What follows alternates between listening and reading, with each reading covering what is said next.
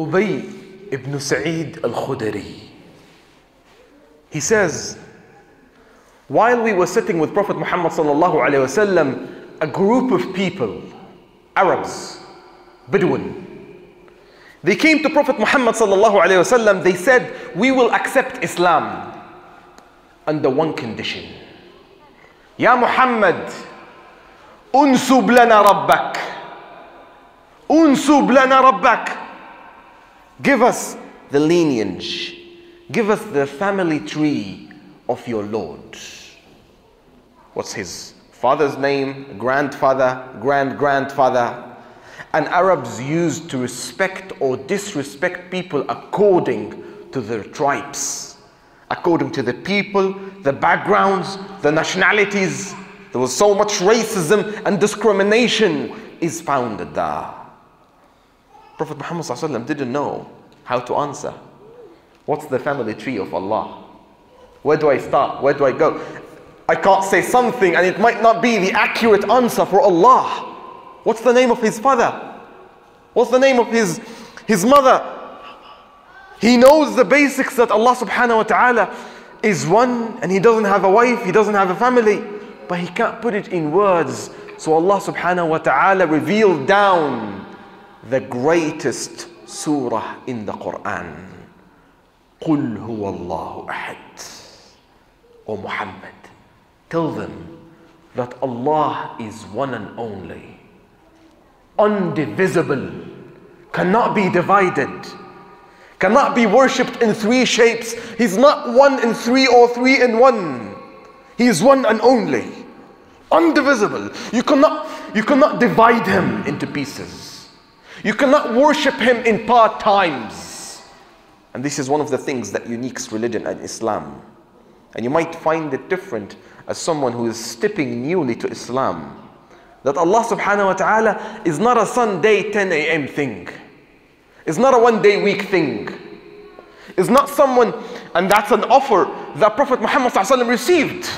Oh Muhammad, what about we worship your God at the daytime and you worship our God at the nighttime? How's that for a deal? That's not how it goes. Ahad. They said, okay, you worship our God and we worship your God. 2 in 1. How is that? That's a fair deal, isn't it? So Allah subhanahu wa ta'ala reveals Surah Al-Kafirun. لا أعبد ما تعبدون ولا أنتم عابدون ما أعبد ولا أنا عابد ما عبدتم ولا أنتم عابدون ما أعبد لكم دينكم ولي دين. الله أحد. Ahad. That you worship him at each and every stage and step in your life.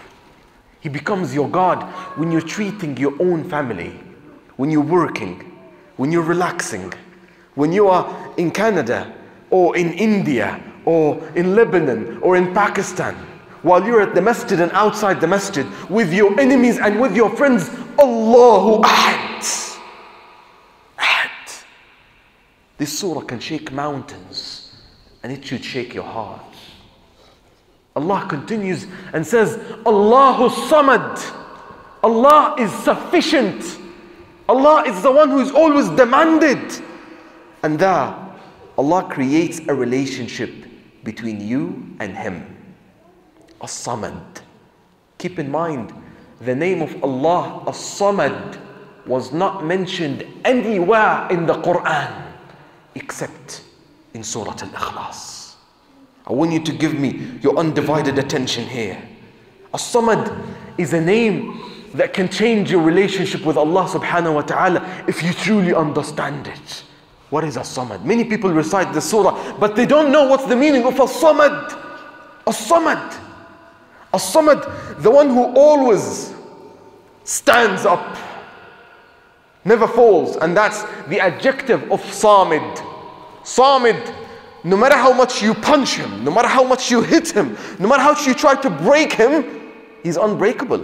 He's always standing, always serving, always protecting, always providing. And Allah is As-Samad. This is why when Allah subhanahu wa ta'ala created his throne, he wrote on the top of the throne, وَرَحْمَتِي وَسِعَتْ كُلَّ شَيْءٍ.